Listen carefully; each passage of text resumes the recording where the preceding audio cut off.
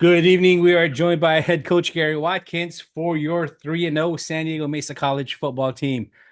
Coach Watkins, thanks for joining us. And it's one of those things that it's always fun and enjoyable coming off a victory. Congratulations. There's no doubt. Thanks, Bo. I appreciate it. Tough game, tough opponent. Anytime you go on the road and get one on the road, you're very grateful for that. Absolutely. Golden West is a very good team. Previous week before taking out number one RCC, right? So we kind of knew what we were going into. And prior to the game, I think we were talking on that Wednesday night, and we were talking about Golden West and kind of talking about the scouting that you've done, and who they are. You know, they're fast, they're big, they're very good.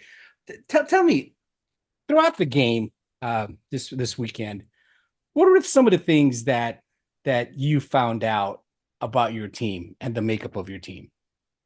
Yeah. So, the thing I was most proud of about our team was just our ability to go into an opponent's territory and do the Mm-hmm. things that we always preach in order to get a victory, And so Mm-hmm. we were able to implement three different game plans, for all three phases of the game: offense, Sure. defense, and special teams. And our players went on the road and they executed all three of those plans to the best of their ability. And it's one of those deals where, as a coach, you're proud because you're going into a game where you're an underdog and nobody thinks you really have a chance because of who they are and who they've Sure. been and what they did the previous week.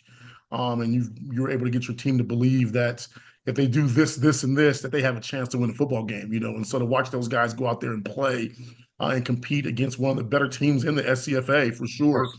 um, was very, very, very exciting for me to watch over the course of Saturday's game. And so we just went in there and we, did our best to take care of the ball, although we turned the ball over Yeah. twice. Our defense also forced two turnovers, which zero turnover differential is going to give you a Sure. chance in the football game, especially against them, a program that like I mentioned last week, I believe their entire team culture is built around their defense and the chaos and the Yeah. turnovers that they cause, And so for us to neutralize that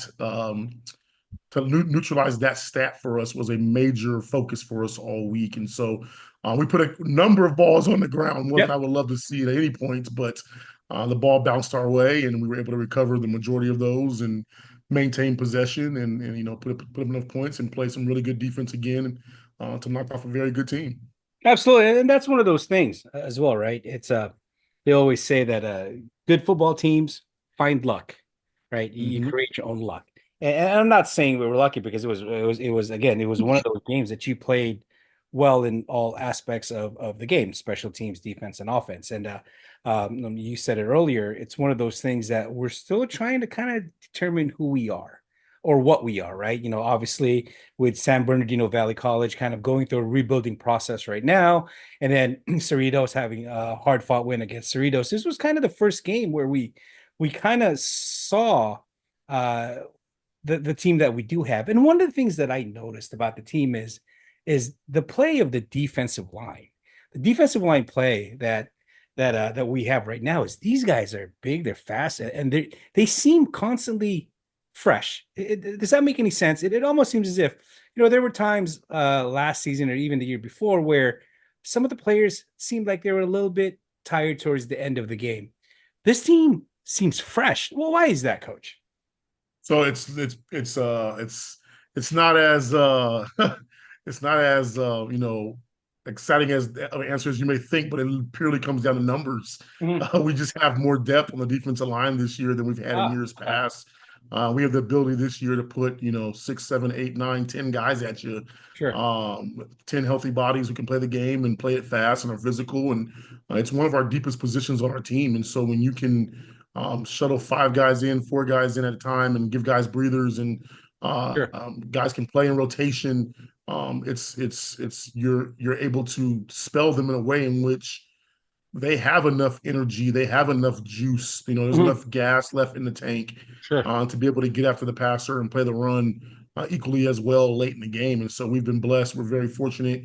The assistant coaches did an amazing job in recruiting, as well as developing the guys who are already in our program to make sure that we have those guys up front. That's one of the things that in the SCFA, the national conference, if you want to be one of the top teams you better have the bodies in the trenches, both on both sides of the ball, And so you look at the Mount Sacks and the Riversides and the Fullertons and the Golden West and the Venturas, the guys who are there Yeah, year in and year out. yeah.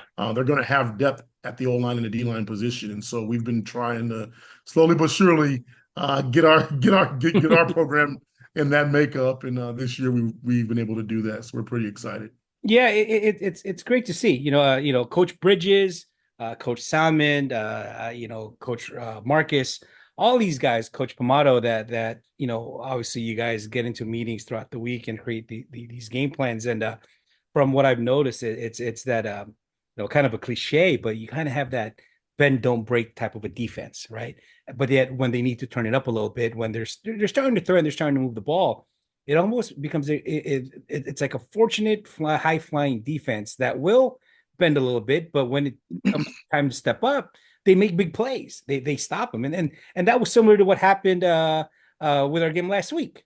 Holding down Cerritos to 8 points, right? Yeah. And so that's amazing. Now the other thing too that I've noticed about the defensive side of the ball is, correct me if I'm wrong, but one of the things that I'm seeing as a group is it seems to be a little bit more mature, more of a hey, this is a business trip.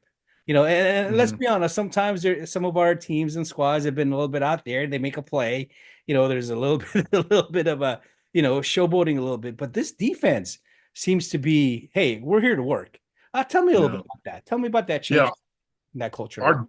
Our defensive coaches have done a really good job this year of keeping our guys focused and locked in on the task at hand and challenging them every week to put their best foot forward and play Sure. to the Mesa standard of performance. And Coach Bridges, he's a vet. He's been doing it a long time at multiple levels. I mean, Yeah. he can coach some defensive ball for sure. Great mentor of mine, and just helps keep me level headed as a head coach when that boat gets to rocking a little bit. And Yeah. so the other thing that I think we've been fortunate, we added Coach Salmon this year, Uh-huh. but besides Coach Salmon, the other four defensive coaches have been together now for 3 years, and Yeah. so that continuity, that comfortability with one another, being able to have hard conversations but still enjoy working with each other, it just bleeds through them into our players. And Sure. so it's like a culture within a culture that's been established on that defensive side of the ball. And so the energy of Coach Pomato and Coach Rosser matched with the veteran experience of Coach Dutra and Coach Bridges, and then Coach Simon, getting acclimated to how we operate. Yeah.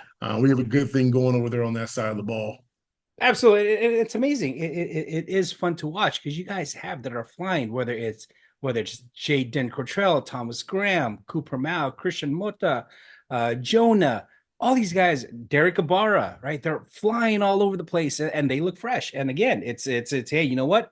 They make the play, plays over, next play, or get on the sideline. And that's Yep. again, that's kudos to the coaching staff for all the stuff that they're doing down there. Once again, we are joined by head coach Gary Watkins, who is now 3-0 and recently just released by the JCABA, which is the Junior College Athletic Bureau, California College Football Coaches Association, or something like that, right? The JCAB. The funny part about the Triple CAA, everything is acronyms, right? There's so many acronyms Yeah. there, but the rankings came out yesterday, and San Diego Mesa College is ranked number 5, highest ranking, right? Tell me a little personal question for you. Yep. You've had a lot of success at Mesa, turned the entire program around. Rankings are good, but that's not necessarily, having gotten to know you for many years now. Yeah, rankings are not necessarily what it's all about, right? Besides, of Yeah. course, Yeah. the fact that it's about matriculating and moving the kids forward. Mhm. Does this somewhat give you a sense of validation of what you're doing to this program and the whole entire athletic department itself? I don't know if the ranking is what provides that validation. Uh-huh. For me, I think that's just, that's a man's opinion. And I'll be honest with you, we're grateful to be acknowledged in that Sure. manner. But at the same time, the validation for me comes when these guys go out there and they represent this Of course. school and our football program to the best of their ability each and every week. And they go out there and they compete and they play hard and they're respectful of their teammates and their Mhm. opponents. Then they go to class and they matriculate. Like I'm a believer, Bo, that before these rankings, we've been trying our best to do things the right way. And Hmm. I think that the more days that you stack doing things the right day, eventually these accolades will come as well. And so we try to keep the main thing the main thing. We try to stay focused on the process and not necessarily the prize. Just believing that if we do it the right way and do it to our standard of performance, both on and off the field, that these accolades eventually do come. And Yeah, so we are grateful for the acknowledgement and the rankings and all those things. We also understand that those can change very quickly. of course. I stole a I don't know. I stole a little cliche or post conference blurb from Nick Saban when he talks about the rat poison, right? How Mhm. the media and the rankings and everybody's just feeding your team rat poison, and you have to get them to not eat it. Yeah, You can't buy into these rankings and where you're rated. The only thing that's going to matter is where you're rated at the end of the season. You know what I mean? And of course. so for us, I'm trying to convince my guys that all that ranking does is put a target on your back. Yeah, It just tells everybody else how well you're playing, and now they're going to use it as a rally cry to try to come and knock you off that ranking. You of know what I course. mean? And so we have to make sure that we're concerned with who we are and what we're trying to do and what we're trying to represent, and not buy into the rankings and those other accolades that may become stumbling blocks for us. And so that's been the message for our guys Yeah. all week thus far. Shout out to Nick Saban, don't eat the route poison. And so we're hoping to make sure that we can continue to work hard and do what we need to do so that we can excel this upcoming weekend. Absolutely, and that's one of those things. I'm glad you brought that up because it's one of those things sometimes that sometimes success or being this early in the season, things can be somewhat taken. I'm not gonna say taken for granted, but it's still early in the season. We're still trying to figure out who the team is, right? We have a Yeah. good game against a crosstown rival in Grossmont College, who is now 1-2. Recently fell to Citrus 48-13, and it's going to be important to absolutely keep the guys focused and making sure that, hey, again, it's that whole thing that rankings can be good and rankings can be bad because sometimes players, oh, we're number 3, we're just going to go in there and beat everyone up. It's not how it works. This is football, Yeah. right? Yep. There's many intangibles that can happen. So Yeah. can you add a little bit more to that as far as coming off such a big win against Golden West? What are you guys hammering to the team to stay focused and, in a sense, don't take anyone lightly because you can't. This is football. Well, what's the Yeah. message? Yeah. I mean, the message has been all week that we are excited for what we've accomplished thus far, but Yeah, like you said, we've played 3 games. There's a lot of football left to be yeah, played. There's a lot of really good opponents left on our schedule. Our job, and we talked about it during fall camp. Our mission every week is to be 1-0, and we want to accomplish that by playing the best brand of Mesa football that we can.